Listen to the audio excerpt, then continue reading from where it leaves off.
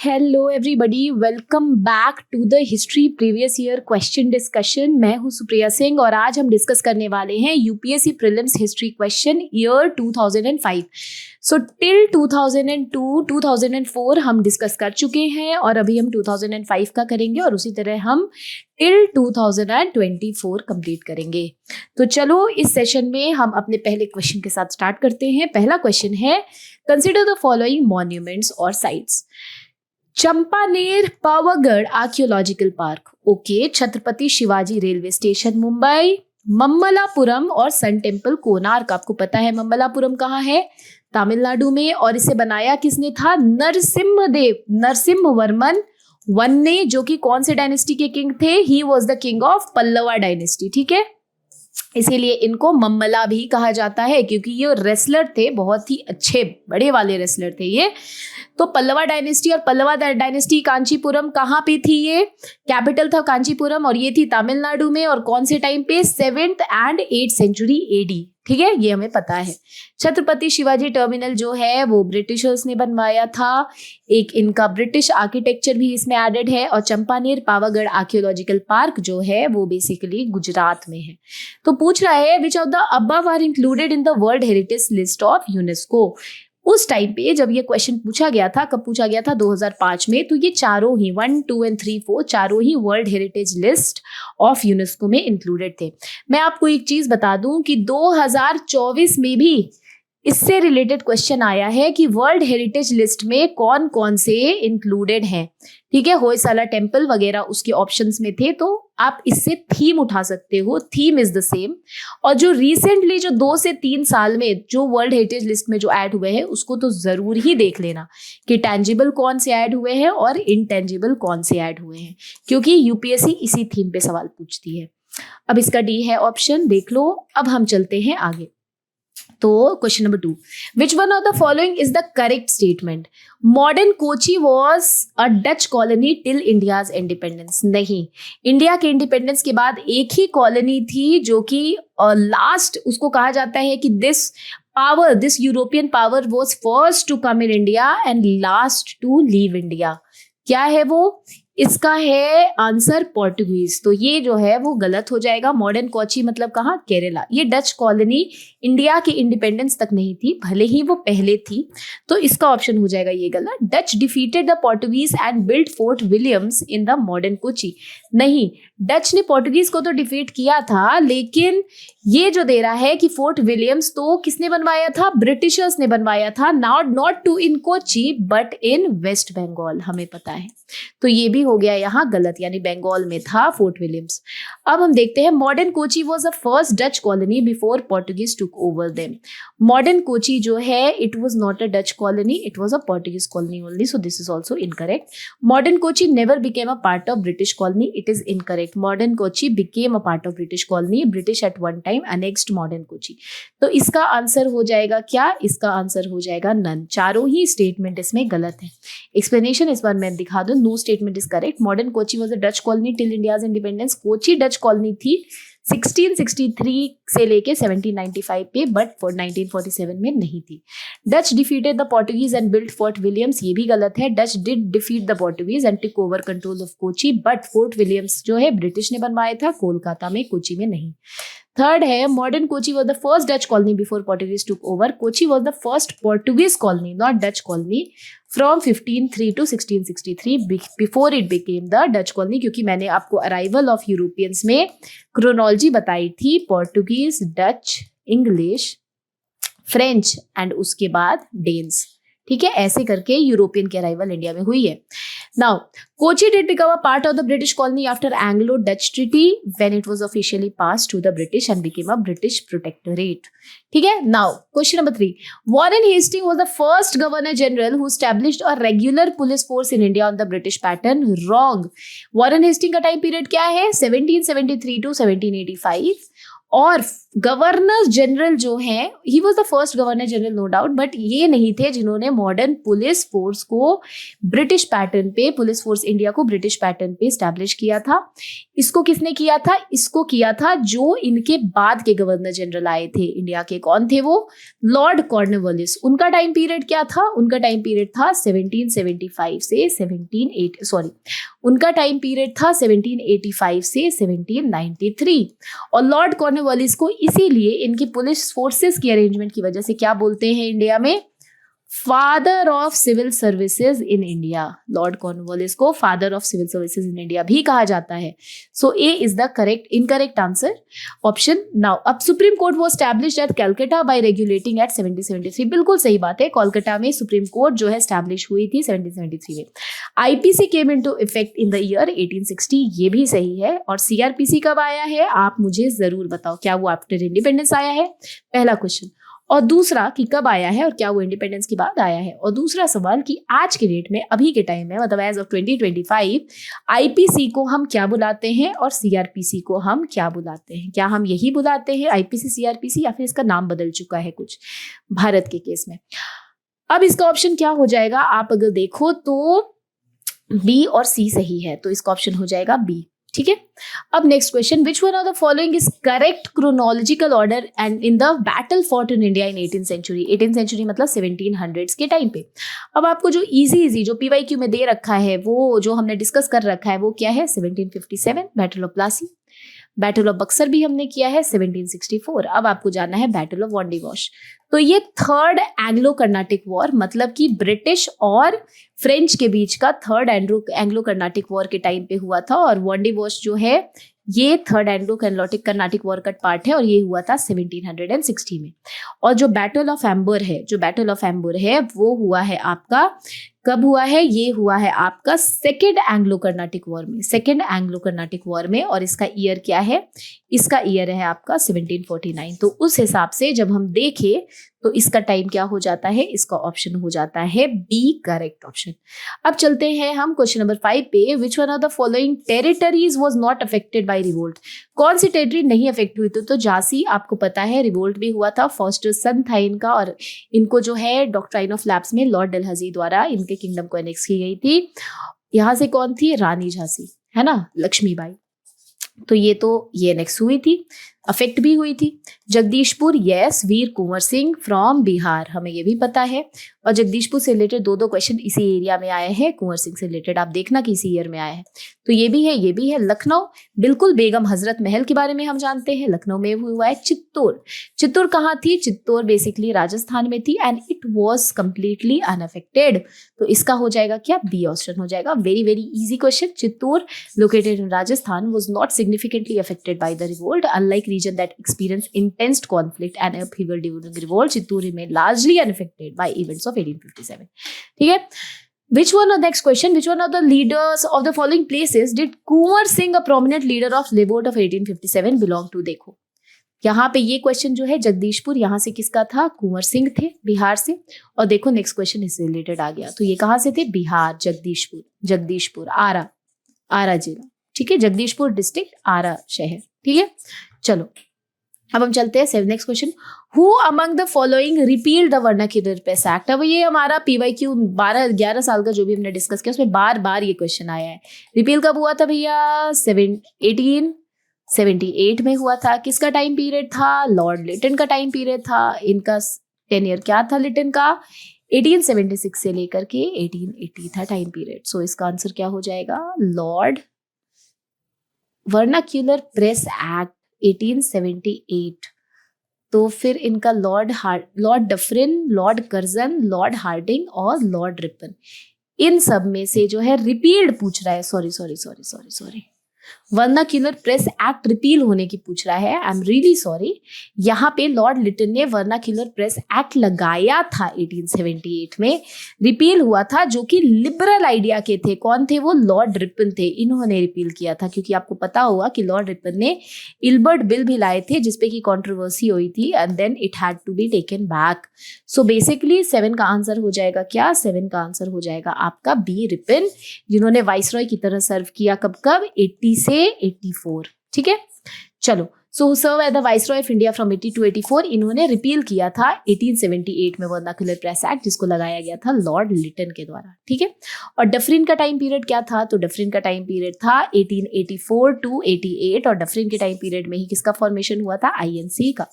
Lord Curzon का time period क्या था भाई, 1899 to 1905। हम जानते हैं इनके टाइम पे इंडियन यूनिवर्सिटी एक्ट भी आई थी। लॉर्ड हार्डिंग का टाइम पीरियड क्या था, तो लॉर्ड हार्डिंग का टाइम पीरियड था, क्या था, लॉर्ड हार्डिंग का टाइम पीरियड था 10 से लेके 16, ठीक है। चलो अब हम चलते हैं question number 8। Who among the following was a proponent of Fabianism. Fabianism का सिंपल मतलब होता है डेमोक्रेटिक सोशलिज्म, और इसके प्रोपोनेंट कौन थी, Annie Besant, no doubt, Annie Besant, ठीक है, member of theosophical society. Annie Besant was a British socialist theosophist, women rights activist, writer, orator, and supporter of Indian nationalism. She was the member of Fabian Society, which advocated the gradual democratic socialism. Besant played a role in Indian politics and was the first woman president of INC. अब मुझे एक बात बताओ कि Annie Besant जो है, Annie Besant ने कौन सी सेशन INC की प्रेसिडेंट बनी थी, ईयर बताना मुझे, पहला क्वेश्चन। और सेकंड क्वेश्चन मुझे बताना कि एनी बेसेंट ने आखिर इंडिया में कौन सी लीग की फॉर्मेशन की थी, किस लीग की वो लीडर थी, ये मुझे जरूर बताना, ये दोनों ही बताना, ठीक है। चलो नेक्स्ट क्वेश्चन, व्हाट वाज कोमागाता मारू incident. Again it is a repeated question, 1993 से लेकर के जो हम 98 के बीच का पेपर डिस्कस किए हैं उसमें ये आ चुका है। कोमागाता मारू इंसिडेंट जो था वो कोमागाता मारू क्या था, ये एक शिप था जो कि जापान से कनाडा के लिए जा रहा था, और उसमें मेनली कौन थे, पंजाब के लोग थे, इंडियंस थे। और कनाडा ने इनको एक्सेप्ट करने से, मतलब इस शिप को कनाडा टेरिटरी में एंटर करने से मना कर दिया था, जिसकी वजह से रिसेंटमेंट हुई थी। इसी को कहते हैं कोमागाता मारू इंसिडेंट, ठीक है। अब देखो, अब इसकी हम बात करते हैं। A political party based in Taiwan, no. Isn't communist leader of China, नहीं भाई। Naval ship on voyage to Canada, yes. Chinese village where Mao Zedong began his long march, no. So basically 9 का answer क्या हो जाएगा, 9 का answer हो जाएगा C। अब देखो, कोमागाता मारू was a Japanese shipman, ठीक है, steamship which carried 376 passenger, mainly Sikh from Punjab, British India, who were seeking immigrate to Canada। और ये टाइम पीरियड क्या है, 1914। ये वही टाइम पीरियड है जब गदर पार्टी जो है वो स्टैब्लिश होती है अंडर सोहन सिंह बखना एंड लाला हरदयाल, ठीक है, सैन फ्रांसिस्को हेडक्वार्टर। और इस समय रेवोल्यूशनरी टेररिज्म हाइट पे थी, और इसी समय फर्स्ट वर्ल्ड वॉर स्टार्ट हो गया था 14 से 18। तो इसी वजह से जो है इनको स्टॉप किया जा रहा था। Ship arrived in Vancouver but the Canadian authority denied entry most of the passenger due to restrictive immigration laws थी। After 2 months of protest and legal battle, ship was forced to return करा दिया गया था। Arrival में near Calcutta, British Indian authority suspected the passenger of being political agitators, leading to confrontation and resulted in the arrest and fatalities, ठीक है। अब चलते हैं नेक्स्ट क्वेश्चन पे। Which pairs are correctly matched. Movement satyagraha दिया है और पर्सन एसोसिएटेड। चंपारण सत्याग्रह कब हुआ है भाई, 1917 में। पहला सत्याग्रह था महात्मा गांधी का इंडिया में, जिसको फर्स्ट सिविल डिसोबीडियंस मूवमेंट भी कहा जाता है इंडिया का। राजेंद्र प्रसाद, यस, ये बिहार से ही थे, जीरादेई विलेज में इनका जन्म हुआ था, और इन्होंने अकंपनी किया था चंपारण में किनको, गांधी जी को, उनके साथ गए थे वो, तो ये सही है। अहमदाबाद मिल वर्कर, मोरारजी देसाई, नहीं भैया। अहमदाबाद मिल वर्कर में कौन थी गांधी जी के साथ, 1918 में अनुसुईया साराभाई, ठीक है। खेदा, वल्लभ भाई पटेल, बिल्कुल सही बात है, 1918 में अहमदाबाद के बाद हुआ था खेदा, गुजरात में। और यहाँ पे कौन थे, वल्लभ भाई पटेल इनके साथ थे। तो basically 1 and 3 are the correct option, C हो जाएगा इसका आंसर, ठीक है। अब देखो next, who among the following was not associated with the formation of UP Kisan Sabha in 1918। UP Kisan सभा 1918 में बनता है, कौन? इंद्र नारायण द्विवेदी ये एसोसिएटेड थे। गौरी शंकर मिश्रा भी इसके पार्ट थे, एसोसिएटेड थे। मदन मोहन मालवीय भी थे। जवाहरलाल नेहरू जो थे वो नहीं थे। तो इसका आंसर क्या हो जाएगा, इसका आंसर हो जाएगा सी, जवाहरलाल नेहरू, क्योंकि ये फर्स्ट प्राइम मिनिस्टर थे। और ये ऑल इंडिया किसान सभा जो शहजानंद सरस्वती 1936 प्रेसिडेंट भी थे उस टाइम पे 1936 में जो लखनऊ सेशन हुई थी। ये किसान मूवमेंट से एसोसिएटेड थे, लेकिन इनके जो पूछ रहा है not associated with the formation में ही वाज नॉट एसोसिएटेड। 1918 में तो इन्होंने अपनी पॉलिटिक्स स्टार्ट भी नहीं की थी। सो बेसिकली आंसर क्या हो जाएगा, जवाहरलाल नेहरू। ठीक है, Jawaharlal Nehru was a central figure in Indian independence movement and the first prime minister of India, although he was not involved in the formation of UP Kisan सभा। Nehru leadership and vision were pivotal. Indra Narayan Dwivedi थे ये की formation में, ये एक की figure थे, ठीक है, जो कि 1918 में यूपी किसान सभा बनी थी। गौरी शंकर मिश्रा भी एक स्टॉन्च नेशनलिस्ट थे। मदन मोहन मालवीय जो थे वो प्रोमिनेंट इंडियन एजुकेशनिस्ट थे और फाउंडर थे बनारस हिंदू यूनिवर्सिटी के। स्टार मार्क कर लो इसको। बनारस हिंदू यूनिवर्सिटी के बारे में मैंने आपको ऑलरेडी बताया हुआ है PYQ में। आपको याद होगा कि एनी बेसेंट ने कौन सा क्या गिफ्ट किया था, फिर वो एक न्यूक्लियस बना BHU का, याद करो। Question number 12. In October 1920, who of the following headed a group of Indian gathered at Tashkent? Tashkent किसका कैपिटल है? उज्बेकिस्तान का, right? To set up communist party of India. कौन गैदर हुआ था भाई? तो MN रॉय। MN रॉय के बारे में आपको पता होगा कि all India trade union council 1920 में जो बनी थी उसके फाउंडर भी यही कहे जाते हैं। तो बेसिकली एक इंपॉर्टेंट फिगर है और ये हमारे PYQ में जो हमने अभी तक डिस्कस किया उसमें ये आ चुके हैं। तो हो जाएगा इसका D ऑप्शन। अब देखो, MN रॉय ने हेड किया था group of Indians gathered at Tashkent in October 1920 to set up CPI। He was a prominent revolutionary and thinker. अब HK सरकार क्या है भाई? तो इंडियन कम्युनिस्ट लीडर है और रेवोल्यूशनरी है। PC जोशी कौन है? ये भी प्रोमिनेंट इंडियन कम्युनिस्ट लीडर ही है, ठीक है, और वो लेटर जनरल सेक्रेटरी बने थे CPI के। MC चागला जो है वो भी इंडियन जूरिस्ट है, डिप्लोमैट है और मिनिस्ट्री ऑफ एजुकेशन है। चलो next question. Who among the following drafted the resolution of fundamental rights for the Karachi session of Congress? Karachi session of Congress में फंडामेंटल राइट का रेजोल्यूशन ड्राफ्ट हुआ था और ड्राफ्ट करने वाले कौन थे? None other than Pandit Jawaharlal Nehru. ठीक है, कब हुआ था कराची सेशन? 1931 में। यहीं पे हमने PYQ में 2004 में देखा कि यहाँ पे क्या था, ब्लैक फ्लैग दिखाया गया था और यहाँ पे किसकी अपोजिशन में? क्योंकि भगत सिंह, सुखदेव और राजगुरु को क्या हो गई थी? फांसी हो गई थी। लोगों ने दिखाया था ब्लैक फ्लैग, लेकिन कराची रिजोल्यूशन में एक्सेप्ट किया गया था और वैलिडेट किया गया था किसको? गांधी इरविन पैक्ट को, जो कि वो क्वेश्चन था कि एक्सेप्ट नहीं किया गया था, लेकिन हमने देखा था कि नहीं, गलत था, एक्सेप्ट किया गया था। तो देखो ये भी PYQ से ही पूछा है कहीं ना कहीं। अब देखो, Pandit Nehru drafted the resolution of fundamental rights for the Karachi session of INC। This session was presided over by, किसने प्रिसाइड किया था? आखिर इसके कराची सेशन जो था कांग्रेस का 31, इसके प्रेसिडेंट कौन थे? तो ही वाज वल्लभ भाई पटेल। याद रखना इसको, स्टार मार्क कर लो। And resolution outline fundamental rights and economic policy of Congress. Ambedkar pivotal role क्या है? Drafter of the constitution. Rajendra Prasad क्या है? वो हमारे प्रेसिडेंट इंडिया के पहले रहे हैं। और सरदार वल्लभ भाई पटेल कौन है? आपको पता है कि उन्होंने बहुत सारी चीजें की है। He presided over the Karachi of the Indian National Congress. अभी जो हमने बात की, रिजोल्यूशन ऑन फंडामेंटल राइट्स यहीं पे अडॉप्ट हुआ था। At which Congress session was the working committee authorised to launch civil disobedience programme? झंडा फहरा के 1929 में वर्किंग कमेटी ने फाइनली ऑथराइज किया था CDM को लॉन्च करना। ये कब की बात है भाई? कौन सा था रेजोल्यूशन? बताओ। कांग्रेस सेशन 1929 में लाहौर सेशन। और लाहौर सेशन के प्रेसिडेंट कौन थे? जवाहरलाल नेहरू जी थे, यानी कि इसका ऑप्शन हो जाएगा B।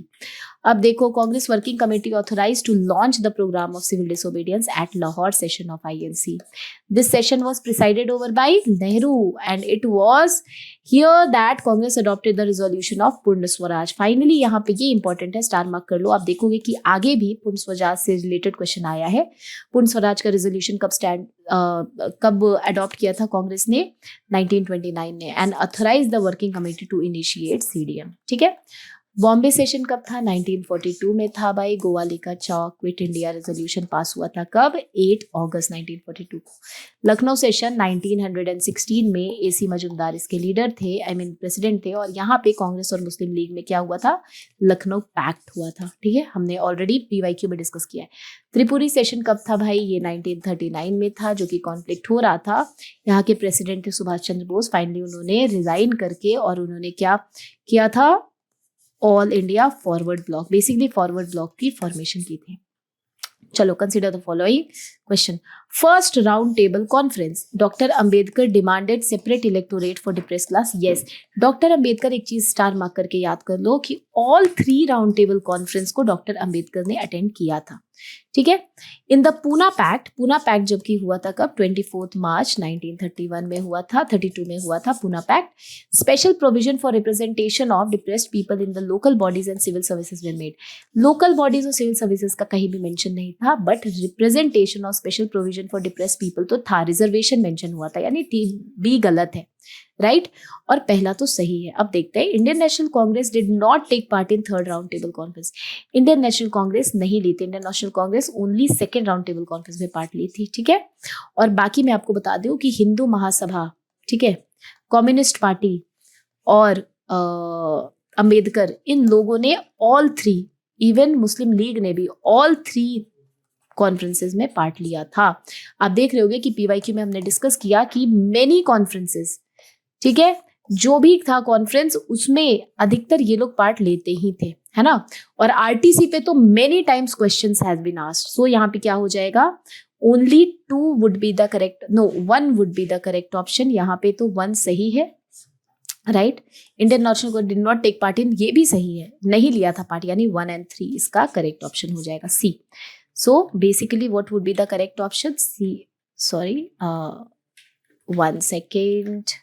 Yes, so basically C would be the correct option. First round table conference, Dr. Ambedkar demanded separate electorate, right? Depressed classes, but कहीं भी इन्होंने इसकी बात नहीं करी थी, right?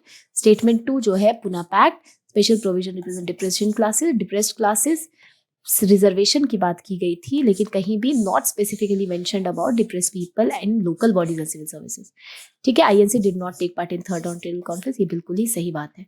Third round table conference 1932 में हुआ था, सेकेंड राउंड टेबल कॉन्फ्रेंस 1932 में हुआ था और फर्स्ट राउंड टेबल कॉन्फ्रेंस 1930 में हुआ था। अब हम चलते हैं, in which one of the following provinces was Congress ministry not formed. Congress ministry कहाँ नहीं बनी थी? कांग्रेस ने 1937 इलेक्शंस जो कि गवर्नमेंट ऑफ इंडिया एक्ट 1935 के अंडर हुई थी, उसमें कांग्रेस ने 9 out of 11 प्रोविंसेस में अपनी क्या बना ली थी? मिनिस्ट्री बना ली थी। इसी से तो परेशान और खफा हो गए थे मोहम्मद अली जिन्ना। तब उन्होंने क्या किया, इन्होंने सोचा कि नहीं, मुस्लिम को उनका राइट नहीं मिलेगा, क्योंकि मेजरली ये लोग as a Hindu organisation Indian National Congress को देखते थे। तब उन्होंने बोला नहीं, 2 नेशन थ्योरी चाहिए भैया, 2 नेशन बनाया जाए, है ना। तो फिर कहाँ नहीं बना था? तो पंजाब में नहीं बना था कांग्रेस की मिनिस्ट्री, बिहार में बनी थी, उड़ीसा में बनी थी, मद्रास में। So D would be the correct option. अब देखो, unlike other provinces, INC did not form ministry in Punjab after 1937 election. Instead a coalition government was formed by unionist party led by sir Sikandar Hayat Khan, यानी मुस्लिम्स ने party बनाई थी। The Congress did not have a significant presence in Punjab at that time. ठीक है। बाकी जगह बिहार हो, मद्रास हो, उड़ीसा हो, आईएनसी ने बना ली थी मंत्रालय, मतलब ministry. Which party was founded by Subhash Chandra Bose, next question, in the year 1939 after break away from Congress. अब देखो, अभी हमने इसके पीवाईक्यू में यहाँ पे ही डिस्कस किया है कि नहीं किया है, बताओ। यहाँ पे किया है ना डिस्कस। अभी देखो, सेम क्वेश्चन फिर से यहाँ पे ये आ गया। ठीक है। फॉरवर्ड ब्लॉक कभी 1939 में आईएनसी से रिजाइन करके, त्रिपुरी सेशन 1939, सुभाष चंद्र बोस। और इसको हमने पीवाईक्यू में नहीं भी तो 3 से 4 बार डिस्कस किया हुआ है। तो सोचो कि सेम ही क्वेश्चन को उठा करके यूपीएससी दे देती है।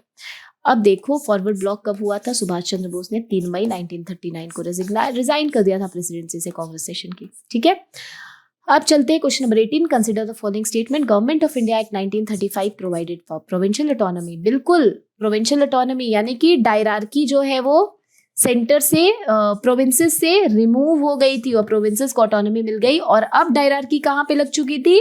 डायरार्की सेंटर पे लग चुकी थी। ये हमारा सेम टू सेम क्या है?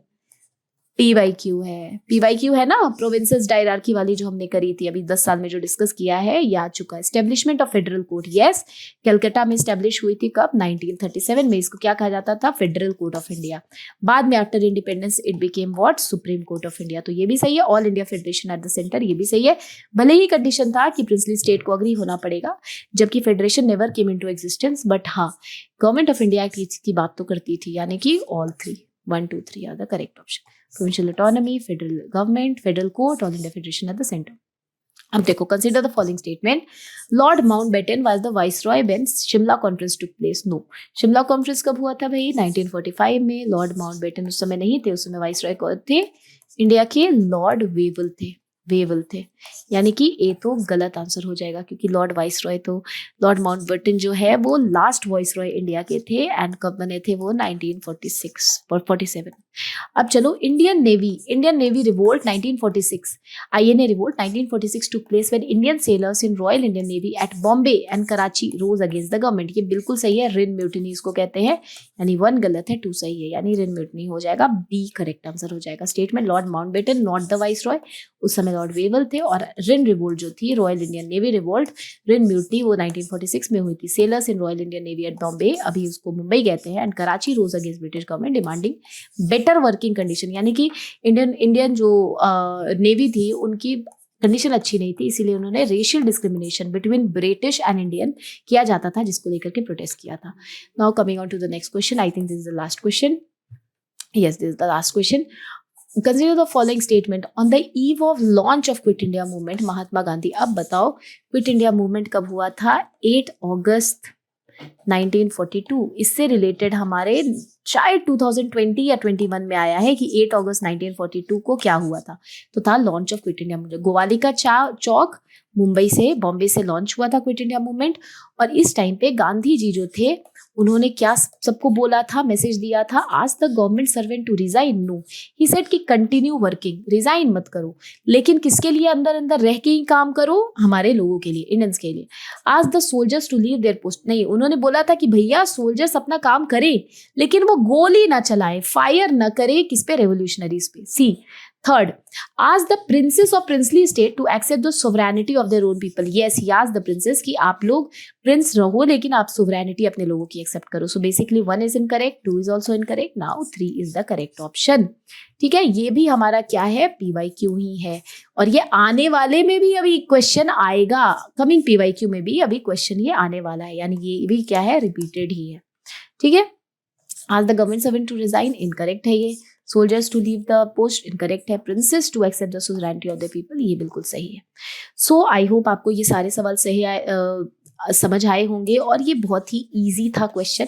अगर आपने क्रोनोलॉजिकली, अगर आपने PYQ को फॉलो किया है, तो आपको it will not less than a cake work for you. I hope आपको ये वाला सेशन इजी लगा होगा, समझ आया होगा। अब हम 2006 से लेकर के और 2024 तक कंटिन्यूसली आगे वीडियो में करेंगे अपना question wise PYQ discussion. So चलिए, thank you so much for listening to this video, and see you in the next video. Take care, have a great day.